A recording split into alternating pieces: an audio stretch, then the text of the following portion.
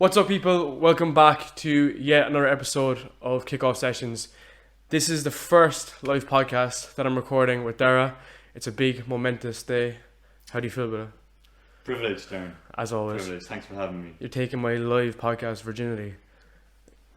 Well, there's a first time for everything, really, isn't there? There is indeed. I'll be nice and gentle anyway, don't worry. Basically, though, we wanted to upgrade, get to a good standard, get to like a new standard of podcasting. So all the bells and whistles, if you're listening on audio, it's the same fucking thing. If you're listening on video, like this is the idea, is to try to take a step up, you know? And you know the exact same with your own podcast, or not your own podcast, your own YouTube channel or whatever. Like you have to kind of make those changes when you want to grow, essentially. Yeah, absolutely, 100%. It just takes a bit of time. I'm very happy you gave me the fancy mic as well today.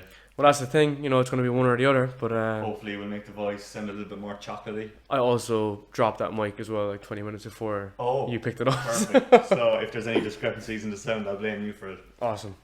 Basically, the idea for today is talk about all about creating online, kind of fitting to what we're doing at the moment, because I think you've been selling fucking companies like left, right and center. You've been starting companies. You've been doing different things. And for myself, I've been working in a company, but I always want to build something on the side. Yeah. And I've always wanted to try to get into this area. And I think you've moved into this as well. And there's been a lot of merit towards it. And I think it's good to, I don't know, try different things that are outside your day job. Like, so how have you been experiencing so far? Just even, I don't know, building a YouTube channel, trying something different. Good. Slow. It's always slow starting off. I think that is something that nobody tells you about at the start, but nonetheless it's fun and it's very, very exciting. Like, look, what you said before, my experience is building business to consumer companies. You may need to go a little bit closer. Do I? No, let me just move the chair a bit. Like that? Yeah. Perfect. And is it okay in the camera? Yeah, it's perfect. Perfect. So my experience is building like business to consumer companies. So the idea is that it's similar enough premise to maybe like what we've been chatting about with the podcast and with the YouTube channel. But instead of selling what your company does, you're looking to instead sell yourself in a very probably informal way of saying that. But the whole idea behind it is that, look, I think it's one of those things, and we were only chatting about it before we went on today. You don't learn by reading about it or by, looking at what other people are doing. You're learning by doing it yourself. Fair enough. It's always going to be a bit scrappy at the start, but I think that's the beauty behind it, when people see the rise of quality and standard from maybe what it was from day one to 100%. day 100. Because if you think about even my podcast, man, like the first couple of episodes were fucking shit. Like they actually were like really, really bad. Now the guests are really good. Like all time guests are consistent. But it was me was the issue, you know what I mean? Like, not comfortable on the mic, not comfortable even like uploading episodes, poor editing. So I think you're going to get to a stage whereby you're like, okay, I want to do this, I want to do it properly, and then you're learning as you go, because like you may be watching YouTube videos, whatever, but the devil is in the detail when you're uploading things on a regular basis. You're learning from your issues and things like that. But I think as well, a big thing is like people don't really like realize it. So like we're obviously in the midst of like all the creator economy. It's all kind of starting at the moment. Well, it's always been going on. You've Twitch, YouTube, all these different media forms, but really it's the people that are getting a grasp of it in their own niche is getting the actual riches from it, you know. So if it's a podcast and people want to try to build a podcast, that's one thing. But I think especially what you were doing is you took so much learnings from like Yooni and Great Academy and then said, I want to build this online and I want to move into your own little niche, which is productivity, which is, I don't know, general improvement for people as well on YouTube. Well, that's it. I mean, for me, the whole personal online presence, first of all, taking the step to actually doing it is so much harder than I initially thought it was going to be. I'm generally okay with putting myself out there and doing things like maybe publicly facing, but what you realize is that when you do it, people don't really care. It's fine. Like, you big things up in your head and you're like, oh, what would people think if I do X, Y, Z? People are generally only concerned about their own lives. 100%. So they might see you doing something, and it might be only after maybe the 14th or 15th time that they see you online that they're like, oh my God, they're actually doing something like this over a consistent basis. 100%, man. And as well, like, so like with anything to do with niches, it's very difficult, I think anyway, to start to define a niche without actually trial and error and doing stuff yourself. 100%. Like, you've done way more episodes in your podcast than I have with my YouTube channel, and I can imagine you've already learned that. Well, okay, fair enough. My hypothesis was that I was going to talk about XYZ, but it turns out actually ABC is what the audience is reacting better to. Yeah. And you have to be interested in it as well. And you also have to take that in and make those changes. So like, for anyone that follows like the podcasting, Buzzsprout is like the #1 like platform. They put up a lot of videos, so I'm not going to pretend like this is my own information. But a big thing that Buzzsprout push is that, so you should look at that data that comes back, whether it's YouTube, whether it's podcast, and make those changes accordingly. So you look at your top episodes, you look at your top YouTube videos, you look at your top blog posts and see what ranks accordingly, and simply do more of that. Because that's what your audience wants, that's what your community wants. Whether it's fucking 50 people or 100 people, that's what they're leaning towards. So you move away from just creating things that you want. Now, there is a lot to be said for just creating things you enjoy as well. So that's fine, okay? But you still ultimately want to be able to build a community, and by doing what they want is actually better.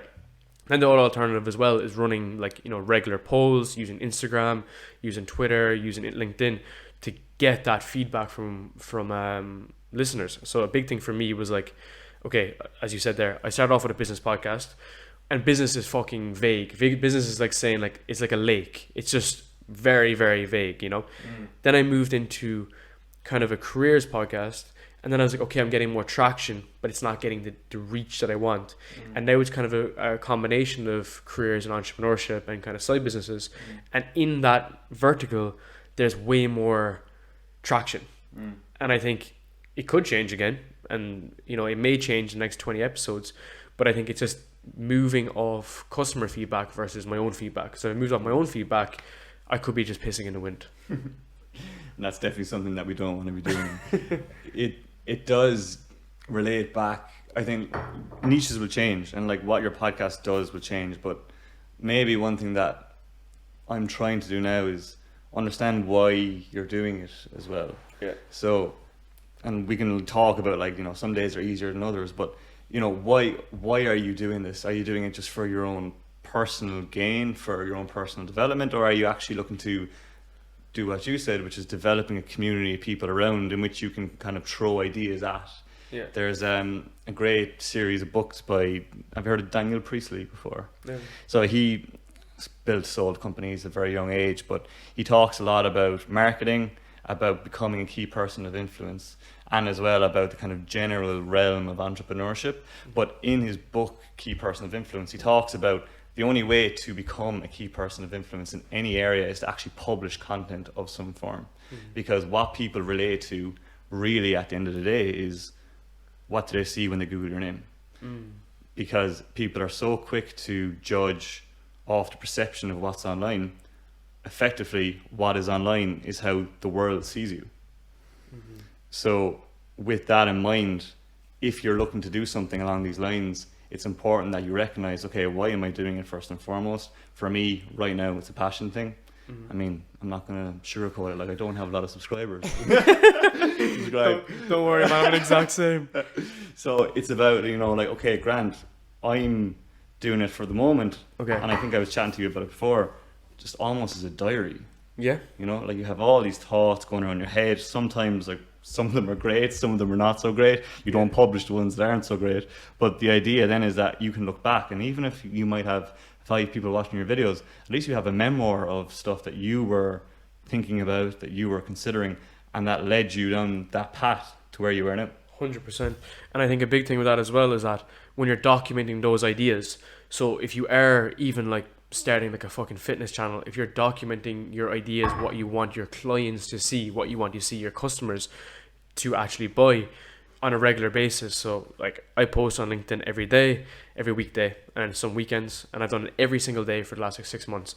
And in doing that, I talked a lot about careers because I spent all my fucking life working, or I talk a lot about podcasting. And in doing that, I'm slowly developing my own podcasting niche and strategy. And that becomes valuable for people that want to come and learn it. So if someone searches my name and says, okay, they see all this information relating to podcasting, like how to set up, how to grow, how to monetize, they can go and learn from that, or they can go and actually avail of that service and go work with someone. And I think that becomes very valuable. So it's kind of like, understanding, like as you said, about why, because it's very easy to put out like generational dribble, and what that means is like something that just flies, you know, like those typical like memes that go around, or the posts on LinkedIn that get tractions for no idea. Like you can put out stuff that are sob stories that people don't understand, but if you're actually generating value, you need to do a little bit of a different tact, which is understanding your why and actually mapping out that kind of process. Exactly, and you need that for yourself just as much as you do for the people listening or watching to your videos. Like you talked about documenting there, and the first thing that I thought of was Gary Vaynerchuk. You know, Gary V. Yeah. I get a lot of similarities to him, but I don't fucking watch his videos, so it really pisses me off because everyone's like, "Oh, you always like say stuff that he does," and I'm like, I don't actually watch his videos. Yeah, though. well, look, that's probably a good sign considering where Gary V is now. But like the whole idea is that, you know, for a while he talked about two things: hustle, which, you know, is a bit of an overused word right now, and documenting. Okay. So anybody was like, "What do you do now if you're in your 20s?" Because that's his kind of target market, anybody in their 20s. And it's all about like, document. And then it just goes so deep into it. And I never really understood it until recently, because even when you look at, you know, and like we're talking like, you know, people that are probably the biggest in the world with regard to like their own personal brand and stuff. But like these are people that put out content just absolutely without any form of feedback loops. So it was just, I'm just going to put out content, keep on putting it out. And then one day, all that content amounts to a personal brand just blowing up. Yeah. You know, and you say positively or negatively? Positively. Well, like it can happen negatively as well. Like we only talk about the ones that are happening positively for now. But the best thing about a personal brand like that is that you can't actually emulate a personal brand. It's not like you can't replace Gary Vaynerchuk. 100%. And a big thing about that is, so this woman, Amanda Slavin, was on my podcast a few weeks ago. She builds engagement for brands. So like you think of like a regular brand, how they can improve their engagement with their customers. And this is so telling if anyone's trying to build their own personal brand, because you're building so you can convert in one way. You may want to convert in a non-monetary way, but you still, monetization way, but you still want to convert. And her approach towards this was like the likes of Tim Ferriss. He did the life hacks thing before they did life hacks. He did the 4-hour work week before remote working existed. And because he did all of these things and he was first mover, that's where he got his traction from. So if you're trying to like emulate Tim Ferriss, you're not going to do a good job, or else someone else will suss it out and it becomes obvious. But if you just try to be Darragh Lucey and do what you're interested in, you said you're passionate about putting out good information. I'm passionate about talking to random people on the fucking internet. I actually like it because it just suits my personality. So as a result, if I just keep on doing this thing, provide value in between, and what I mean by value is like the stuff that people can learn and then go do. It could be personal finance, could be entrepreneurship, whatever. You just do more of the things that work, and then further on, then you'll have a lot of the benefits that come in the future as well. Absolutely. And look, it's a long-term game. Like, whether you're doing it for selfish reasons or whether you're doing it just for the crack, or no matter what the reason is, you know, you hear these stories about people blowing up overnight, but they were 10-year overnight success stories generally. 100%. You know, so like with these things, it teaches you a lot of patience in the sense that, fair enough, you need to maybe not think of short-term gains, because it's the longer-term gains that will actually end up, you know, paying dividends in the end. I always say that, man, like don't sacrifice long-term goals for short-term happiness. It's literally what I always stick to, man, because it didn't matter if I was in college, it didn't matter whatever I was doing. If I stuck to that kind of mantra, I was always reaping the benefits. And it's very telling as well of like anything to do with like fitness or lifestyle. Like if you don't sacrifice those quick fucking fixes, you know what I mean? Like those short dopamine effects. And it can, if you think about it, even in fitness terms, like someone could throw up a photo of like their progress that they're making and get all this like validation, where someone else can put the time in the trenches, do all the hard work behind the scenes, and then get their long-term goals, you know, and they may not even reach it in the short term if you do seek that quick validation. So is that why your biceps are so big? That's exactly why. But it is a concept of it, though. I gotta start applying some of that to my fitness goals, Darren. Thinking long term. But I know it's interesting, like, you know. And next year I want to chat about, which I think is really on that tail, is about like how do you do it? Because people always talk about it as like they want to get involved. they want to start things, but they don't really know how to do it. And speaking with a guy actually recently enough, who had a lot of experience in graphic design and a lot of and front end development, and he wanted to get out and start doing some coaching and consulting on it, but he actually didn't have a personal brand. So my advice to him was, you know, get out there and talk about the pain points. Get under the fucking hood into all the issues and the difficulties that you have had in your career. And, you know, he had 5-10 years experience. And like I said, man, just get out and start posting about this stuff online. Create some sort of content framework. You post 3 days a week or 5 days a week. And in that, you tell your issues and you give recommendations and you ask people in those posts or in those videos what are the issues that they've had as well. They will engage and they will have that, like, you know, trust factor because they're learning and they also share these different issues. I think focusing on pain points has been just like really helpful for me. I don't know how you think about something like that, because I know you're kind of like looking at it from a different angle, but what would be your approach? Yeah, it's probably a difficult one to. I don't think there's a blanket answer to something like this because obviously everyone's different. So personally speaking, this is something that I probably wanted to do for an awful long time, but always made an excuse not to do it. Now look, I probably would have completely burnt myself out if I did this earlier. Like, I'm lucky now that I'm at a point where, you know, first 2 startups went well, exited them, and now I'm at a point where, you know, still looking to either, you know, dabble with a few more ideas, test out a couple of aspects, but trying to make some time in my day to, okay, you're building companies and you're doing the startup and you're, you know, playing entrepreneur, but there's also that element of like you need to kind of work out some time for yourself and actually that personal development. And I think particularly in the last maybe 6 months, it's something that I've delved a little bit deeper into, and it really does help give you a little bit of mental clarity as to what you want. Once you establish that, it's just about taking the first step to doing it. Like, you don't have to do it all yourself. That's the biggest thing I'd say. Fair enough, you know, you need to do things yourself to learn the different processes. Luckily, with the businesses that I developed, there was a lot of marketing development in terms of like strategic operations, so that does help. But utilizing the likes of Fiverr, Upwork, you could start something tomorrow on a topic you knew nothing about, that only a small percentage of the population knows something about, by going onto Fiverr, getting a script writer to write you a script for something. If you didn't want to be on camera, that's fine. Get someone else on Fiverr to record it, someone else to edit it, and someone else to do the publishing copy for it. And you get that done for less than 50 quid. Holy shit.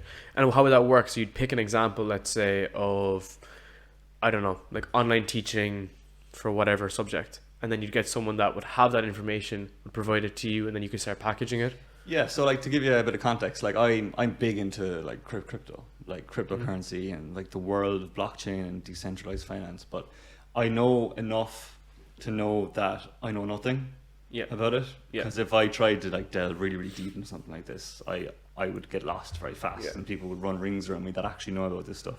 So I did, you know, a cryptocurrency playlist. You've made talk a small bit more. Sorry, I'll be able to change it, but it's easier for you. So talk a little bit louder. Yeah, perfect. So I did this cryptocurrency playlist, and with that, I had the scripts written, but I knew there were some aspects that I wanted checked. I went on Fiverr, got a cryptocurrency blogger to read over about 3,000 words for me. Holy shit. Cost me 20 quid.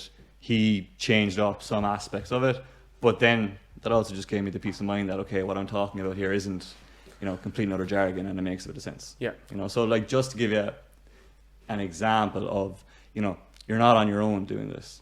I think so too, man. Like for me, even with podcasting, it was like, there's just so many fucking variables, and it goes the same for anyone else. Like there's just so many variables when you start something. You never know how difficult it is until you get going. But I knew immediately I used Fiverr, and it's funny because like everyone just uses Fiverr these days, and that was not sponsored by Fiverr, by the way. Not sponsored yet by Fiverr, but that was my crutch, and it was nice because I got a graphic designer from day one. He's the same dude, man. and he's been fucking banging out the same stuff for me for the last year. And he is A1. He understands my design, he understands everything, he understands what I want before I even like tell him the requirements. He's very, very detailed. Then I wanted a social media manager. I got one. I actually asked him. I got a different one because I just wanted to try to find the right balance. But there was that availability out there. And I think then as well, I was taking on some parts of it myself that I wanted to learn, like video editing. And video editing, for anyone is getting interested in it, is very fucking shit in the beginning, like the steep learning curve, you know. So it was nice I could outsource it. So that's why I wanted to just jump in, and that was my approach, was like jump in, try, learn, and then see what the approach is. You know, so I think that was a big telling sign to me that, like, okay, this is where I can make this an actual long-term play. Well, like, exactly that. You have to develop processes and systems towards it. There's no point, if the way I'm looking at this is that there's no point of doing this if I don't plan on doing it indefinitely for the reason I'm doing it. Like, the reason I'm doing this is because I really enjoy it. I want to build a personal brand around kind of the areas of, you know, achieving some mental clarity on how to live like a richer and more productive life. So the idea is, okay, well, fair enough, now like I'm at a bit of a cool down period in my work life where I'm able to take a bit of time to decide where I'm going to be. In a year's time, I might be in a position where I'm doing 100-hour weeks. How am I going to be able to actually continue to put out content in that space if I'm doing that? So it's about developing a process where, look, that's fine. All I need is an hour a week where I review with my team, and I'm going to say team with, you know, a certain air of kind of humor in that, because these are just people on Fiverr. But if the processes are there, you actually don't have to be there when the work is being done. You know, it's something that, fair enough, if you're the product, you have to have some bit of input towards it. But the more people you have involved in that capacity, the less pressure it is for you, and the more likely you are to continue doing it for a longer period of time. And it becomes a success as well. Like, so I always use podcasting as an example because I fucking do nothing else in my time. But there's guys like Chris Williamson who, do you watch Modern Wisdom? No. I guess I definitely recommend checking it out, Modern man. Wisdom. Modern Wisdom, because he very much in a similar niche to you. Like, the guy is like, you know, very, very like clued in mentally, and that's kind of what his thing. But he puts up 3 podcasts a week. I can fucking guarantee you, man, that dude does not edit, record, or not edit anything or sleep in general. But he puts up 3 episodes a week. He had some really big guests, man. He had like Robert Greene, he had Jordan Peterson, all the big boys. And then in between that, he still puts up those short form Instagram like reel videos, kind of TikTok videos, which are really high quality. And I guarantee you as well, he doesn't edit those. So he has been able to scale these things up. And why are we even talking about this? Is because of the fact that when you turn the money dial on these from an advertising perspective or affiliate marketing perspective, when he has all this 300 or 400 episodes of his podcast in a backlog, they're picking up hundreds and thousands of downloads a day. And every one of those has a click-through, has conversion rates, and that's where it becomes valuable. So a big thing for me, and I'm going to quote someone else now. There's a guy on LinkedIn called Justin Welsh, which I recommend checking out. He's a fucking A1 guy. I've tried to get him on podcast a couple of times. I'm actually going to try to get him again. So you got me instead. I got you instead, exactly. But his whole thing, right, is about building like online businesses for people on the side, looking at digital products, looking at things you can sell that are of value for people. We're not shipping fucking altcoins here. We're shipping things of value. But he says spend 1 year building a personal brand. Spend 1 year giving free content, 1 year telling your pain points, and at that point of a year, turn on the money dial. And when you turn on the money dial, then at that period, that's when, you know, you're able to actually convert, because you have a community, you have an audience, you have this customer base, and they like, know, and trust. They like, know, trust, and want to interact with your stuff, and they know that your stuff is going to be of high value. Yeah, I think one of the most valuable skills anyone could have right now is being able to build a community through storytelling. There's a great Ali Abdal, I don't know if you've heard of him. He has a YouTube channel, very big YouTube channel, but he talks a lot about, you know, the ins and outs of what he's doing, why he's doing it. He's a doctor / YouTuber. His whole kind of brand is part-time YouTubing, and he's making an absolute, you know, killing off it. But the idea behind what he was saying is, if you make one video every week for 2 years, it would change your life. right? And that simple aspect of breaking it down, not making it too complicated. Okay, if you make one video every week for 2 years, what does that look like? How does that process look? And then you can actually break it down into really, really simple steps. And then from there, it doesn't seem as daunting as it was before. On the community side of things, you know, we don't have to talk about how you're bombarded. Like, your attention is the most valuable commodity in the world right now. It shows, because the biggest companies in the world are Facebook, Google, and fair enough, Apple, it's a little bit different, but you look at Amazon as well. They're all screaming for your attention because they either want to sell you ads or they want to sell you a product through ads on their platforms. And building a community around your own brand builds a trust that when you take care of your audience, they'll take care of you. So if you look at all these people that have big communities, they're able to leverage those communities to a degree and a level that you're never going to be able to do if you launch a cold Instagram campaign. 100%.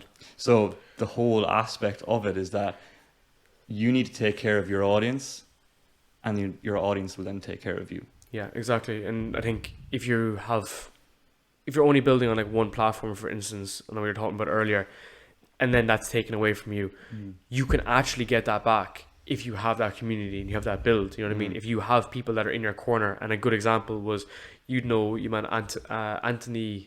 Pompliano, the crypto dude. Crypto, yeah. His YouTube channel got deleted, and I got deleted like 2 days ago or 3 days ago. Oh. And he had a community and he has a big name, whatever, and he was able to get it back within that period. It was actually flagged for dangerous. It was a dangerous account. Like, bear in mind, he's just talking about pretty well outspoken. He's pretty well outspoken, exactly. But it was deemed dangerous, so that's why they gave him the fucking boot. But rightly or wrongly, they got rid of him, and then rightly or wrongly, he got it back. So I think there's a lot of merit in that as well, and that fucking speaks into my Instagram account as well, which got the axe as well this week. So, bit of context, it's not like that I had an OnlyFans page or anything like that, right? You just didn't have a license for your biceps or whatever. But basically, the moral of the story is that, like, my account got flagged. I don't know why it got flagged. It might have got flagged because of I think it could have been like a bot account reported things. It could have been like a data leak or something like this. I got my email or whatnot, but regardless, it was disabled, it was deactivated, and it's gone. Now, I am trying to get it back. By the time I upload this podcast, it could be back. By the time I upload this podcast, I might have another one. But regardless, it's given me a lot of learning outcomes, because for me, I was thinking in my head, fuck, what am I going to do next? This Instagram page is gone. It's only a small page anyway, but it is gone though, and all the information is gone. But I do have a different platform, which is my podcast, which is Spotify, that I've been fucking plugging all the time, which is also my LinkedIn. I have a small YouTube channel, really, really small, but probably bigger than mine. but I've taken away the concentrated risk, and it's like anything in life. It's like fucking investing, whatever. You don't want to have all your eggs in one basket, and I've been able to diversify my social media reach. Now, again, when I go to decide to make a new page or whatever I have to do, it'll be difficult to build up a following again, of course. But at least you're not starting from ground zero. And like, to your point, when you come out with a marketing campaign, do you come out with 0 people in the following, or do you come out with, I don't know, fucking couple of hundred or even a couple of thousand? Yeah, I suppose like it boils down to and like I don't have experience with this from I don't have experience with this from like a personal brand side, because obviously like the following is extremely small, but you don't own, from my experience with the business side of things, like you don't own any of your audience unless you have a way of directly contacting that audience through a medium that you're in power of. So if you look at YouTube, if you look at Instagram, if you look at any social platform, you are effectively giving power to that platform to spread your message, and there's nothing wrong with that.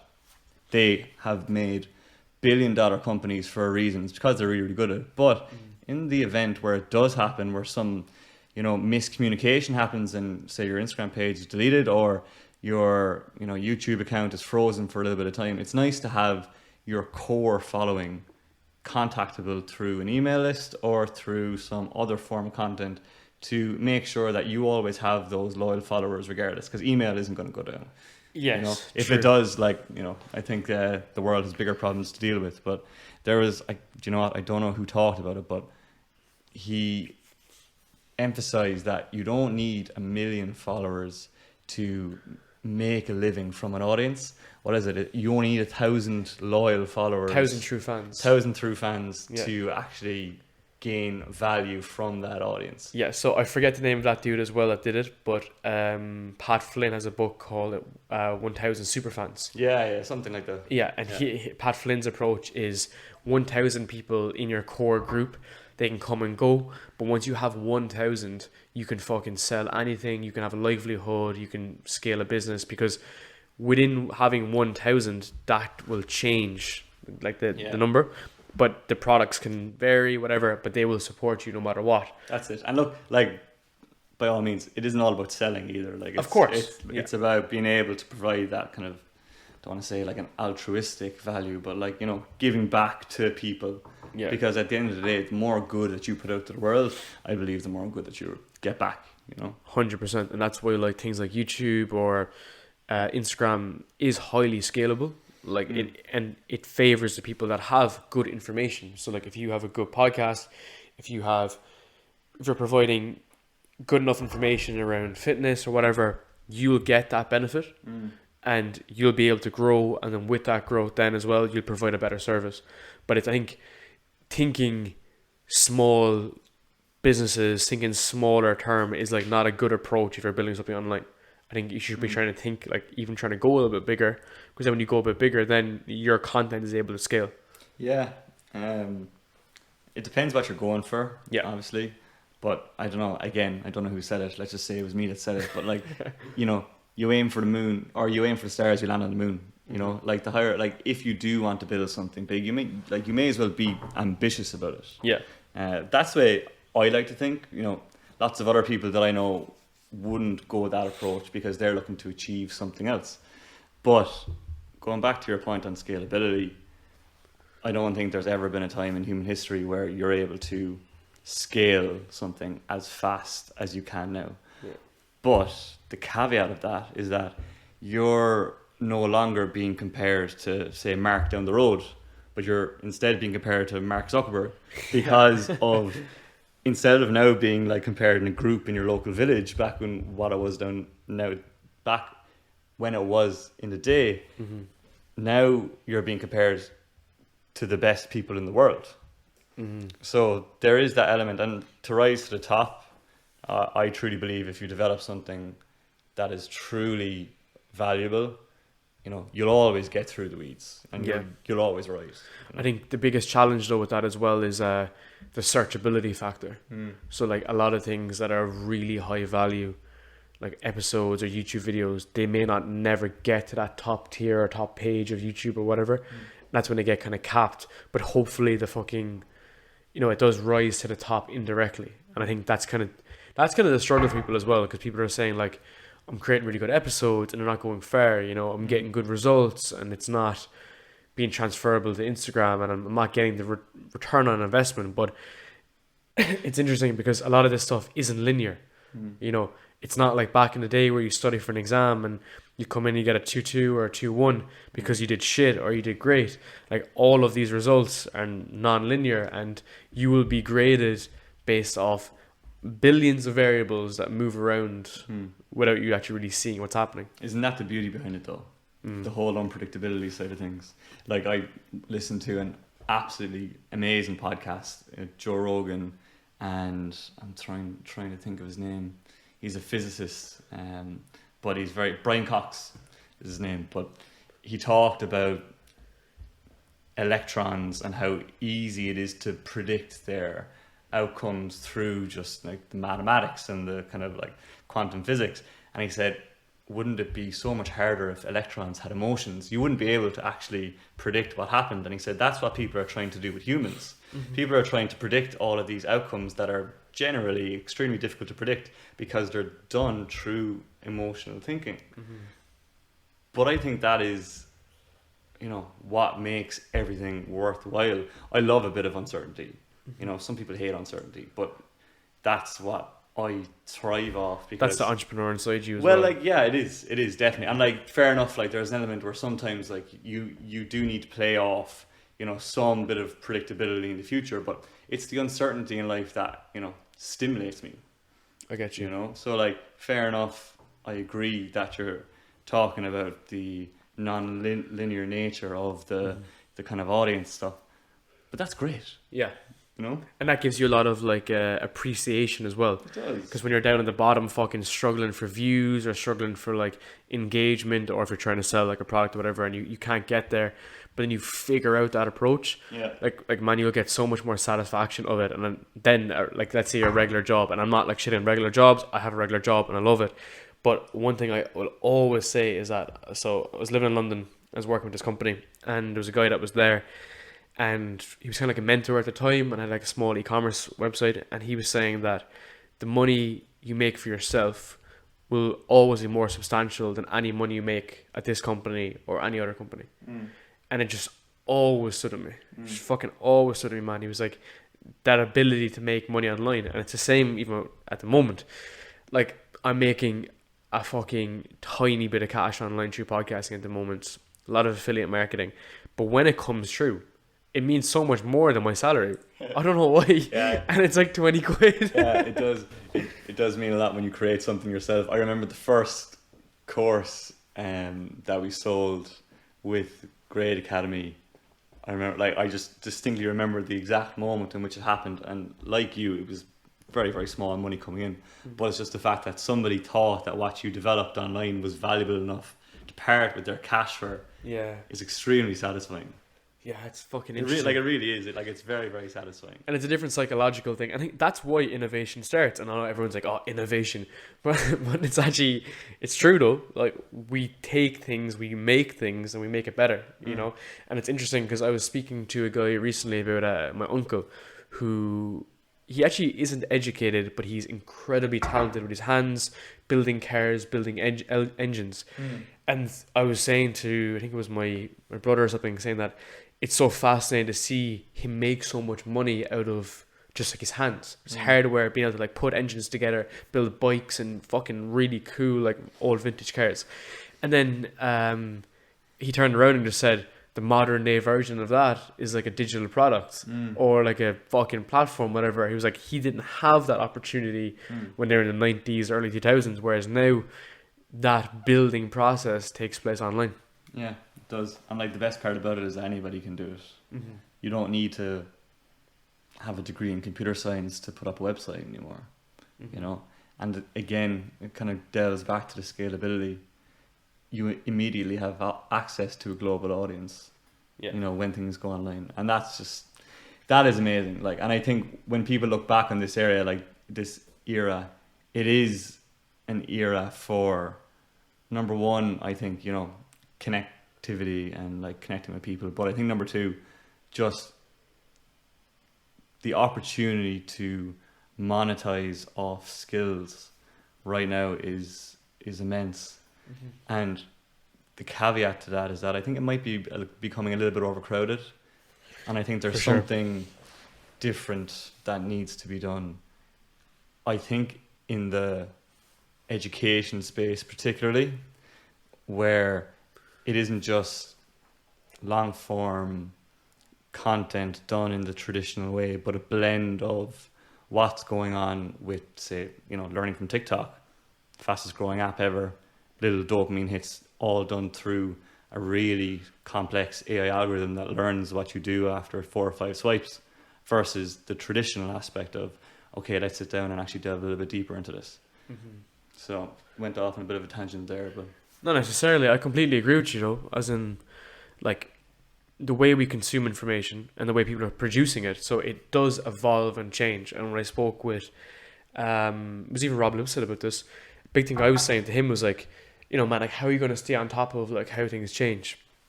And he was like, basically just have an ear to the ground. You know, if it's a different type of thing that's working in social media at the moment, we'll veer towards that, we'll move into it. And he saw that with TikTok, you saw that with like Instagram Reels.